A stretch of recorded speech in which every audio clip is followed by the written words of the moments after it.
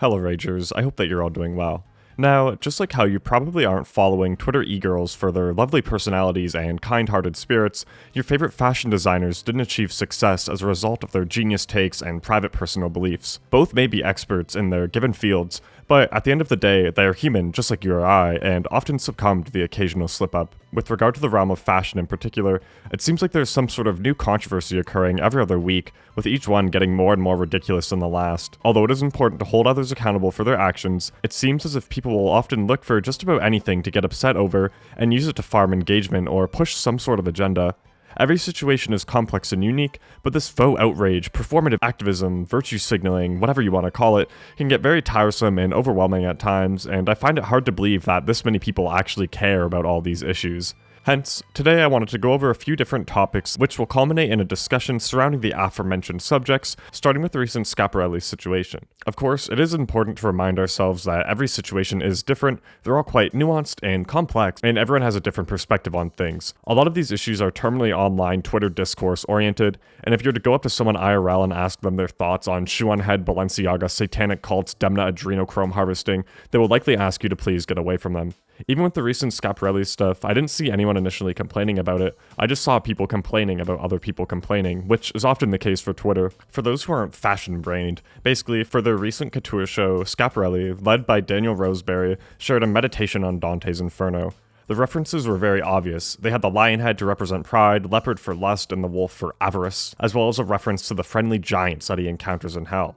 Roseberry elaborates on this all, exclaiming that the lion and the animals are there as a photorealistic approaching of surrealism and trompe l'oeil in a different way. Basically like a visual illusion, deceiving the eye. It was definitely very theatrical, and the level of detail was certainly insane, and not just in the obvious faux animal heads that everyone was focused on, but throughout the rest of the collection too. The Schiaparelli fashion house has been known for surrealism since its inception, and Roseberry did a great job staying true to that ethos. This may be a hot take, but to me, Couture Week is supposed to be fun, a means for designers, creative directors, fashion houses to showcase their creativity. Obviously no one is wearing this in public, it's more so a spectacle, it's performative, and a celebration of the art of fashion. And I mean real art, not whatever Daniel Arsham is doing. But of course, with media literacy being at an all-time low, the AI botnet ChatGPT swarm were quick to call out Schiaparelli for glorifying dead animals and big game hunting and whatever else. I now remember why I stopped reading Diet Prada comments. These have to be easily the most brain-dead, non-issue takes I've seen in a while. You would think that on an account that is 99% fashion-oriented,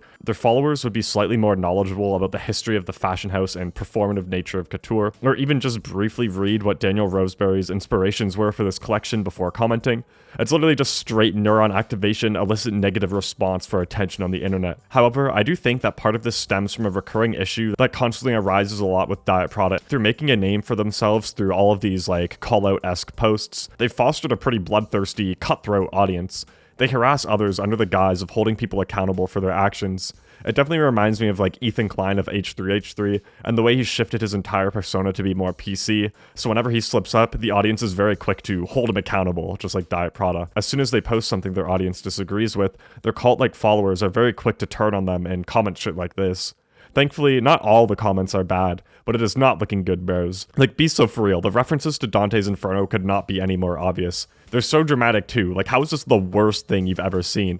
And I hate using these phrases, but the amount of virtue signaling and performative activism and projecting in this comment section is just insane. It's so obvious that they don't care about these issues and won't remember this in a month from now. They're clearly doing it for the sole purpose of getting a reaction and a few hundred likes on a comment. The top comment is such a Twitter take too. No matter what the issue at hand is, they'll always redirect it to make it about something that it's not. Like, what does this have to do with the planet dying? It's supposed to be a fun couture show. Like, what is the correlation here? Perhaps I'm just losing it. Surely if this promotes big game hunting and cruelty, then Gucci and Rick Owens promote serial killers and mass murderers. And when PETA is even disagreeing with all the outrage, then something must be up. PETA obviously isn't the best organization, but the charity's president, Ingrid Newkirk, spoke on the matter, asserting that the look celebrates lions' beauty and maybe a statement against trophy hunting, in which lion families are torn apart to satisfy human egotism. These fabulously innovative, three-dimensional animal heads show that where there's a will, there's a way. It could all be so simple if only everyone was that level-headed and could approach these things with an open mind, rather than just jumping to conclusions. But surely I'm asking too much. Who would ever dare to think before they comment something online? I've noticed this a lot too, unfortunately, online, with a lot of people just straight up insulting the appearance of individuals within the realm of fashion. Maybe people are just trying to be funny, but the comments made against like Rick and Michelle Lemie are anything but. Michelle Lemie is like 80 years old and 100% living a much more fulfilling life than anyone commenting this stuff. She's not some like demonic entity. Just because you don't understand something or see something that subverts the norms doesn't mean that it's evil. Obviously these comments are made by ignorant people, but it just sucks that in fashion, which is typically much more open-minded, that these remarks are still commonplace. Getting back to the Schiaparelli situation, I think a lot of it has to do with ignorant, surface-level consumers who are unwilling to dig deeper. Designers and fashion houses often have show notes for their work, which further elaborate on the ideas that their collections present, and usually you can find interviews with the designers too, where they explain their ideas as well. But just like other forms of art, there will always be those who get it and those who simply don't. Sometimes further explanation can allow someone to gain a deeper understanding, but sometimes it ruins the point, like explaining why something is funny often kills the joke. If you remember with Balenciaga Summer 2023, Demna explained that he no longer wanted to issue explanations for his work, stating that, "I've decided to no longer explain my collections and verbalize my designs, but to express a state of mind. Fashion is a visual art, and all we need is for it to be seen through someone's eyes. Fashion, in its best case scenario, would not be a story to be sold to someone. You either like it or not." Of course, this came at a pretty unfortunate time for the brand, but I understand the sentiment. I feel as if the core audience, the fans, will always at least try to make an attempt to understand something before criticizing, but the general public, on the other hand, is not as receptive, which is why I presume that no one will remember or care about the Schiaparelli situation in the coming months, especially with the next batch of shows on the way, with one of them being more interesting than the others. Another unfortunate side effect of all this outrage and controversy is the fact that it does take away from all the actual art being presented. Obviously, the actual fashion heads don't care and brush it off, but if you ask the average person who is slightly maybe into fashion what happened in October 2022 at Paris Fashion Week, chances are they'll say something about the Kanye White Lives Matter stunt, completely disregarding anything else that went on. I fear that the same outcome will occur in March when Balenciaga shows their stuff. Let me get this out of the way. Obviously, the Balenciaga stuff was a massive oversight on their part. It shouldn't have happened. Kids in fashion just piss me off anyway because they're annoying, and I would much rather see pieces designed for adults on actual adult models.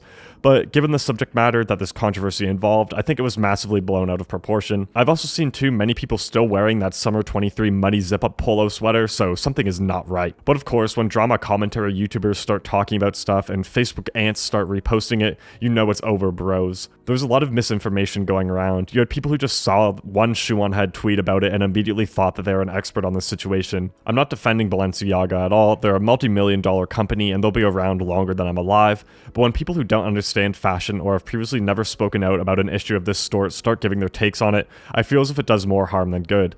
These people are not brave for speaking out, they're simply doing the bare minimum. Again, it's important to hold people accountable and not let this stuff slide, but be for real, not everything is a psyop. Balenciaga is not summoning demons. Previous supporters of the brand, like Kim for instance, were basically forced to speak out against it, and that's where it sucks too, because like if you're a high profile individual and not speaking out, people will automatically assume the worst. You basically have to give in to the woke virtue signaling performance activism stuff in order to make sure you still have a career after, even if you don't actually care.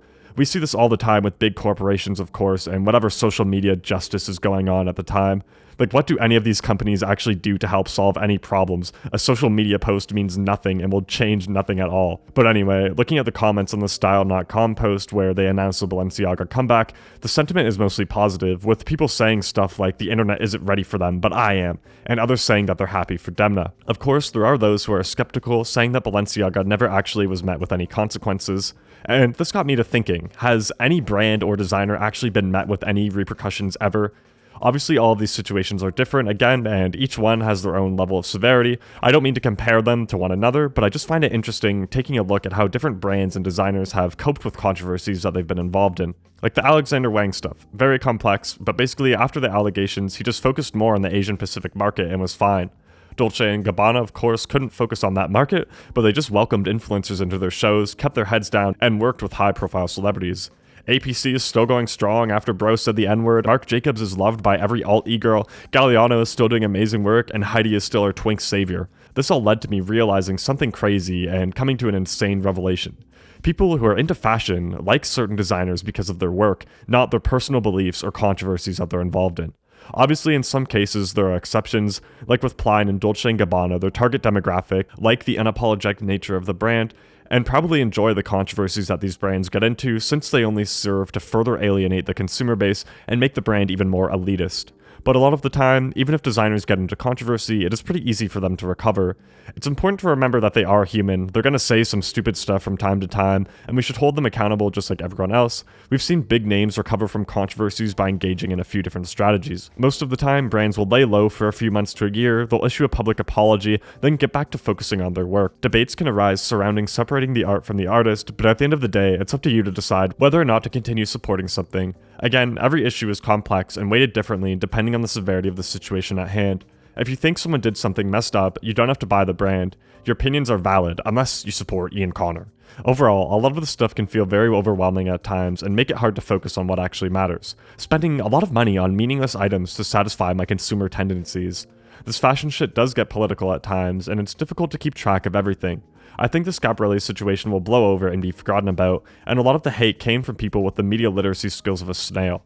If you don't understand something, you should dig deeper before judging. Designers don't always owe everyone an explanation, and sometimes you should just view art as art and enjoy the moment. We know the world is a hellhole, we don't have to be reminded of it every second. Sometimes we just want to watch fun Lionhead on the runway and appreciate all the work, references, and effort that go into these shows. Outrage and controversy will always find a way to overshadow art, but it's important to try and focus on what really matters.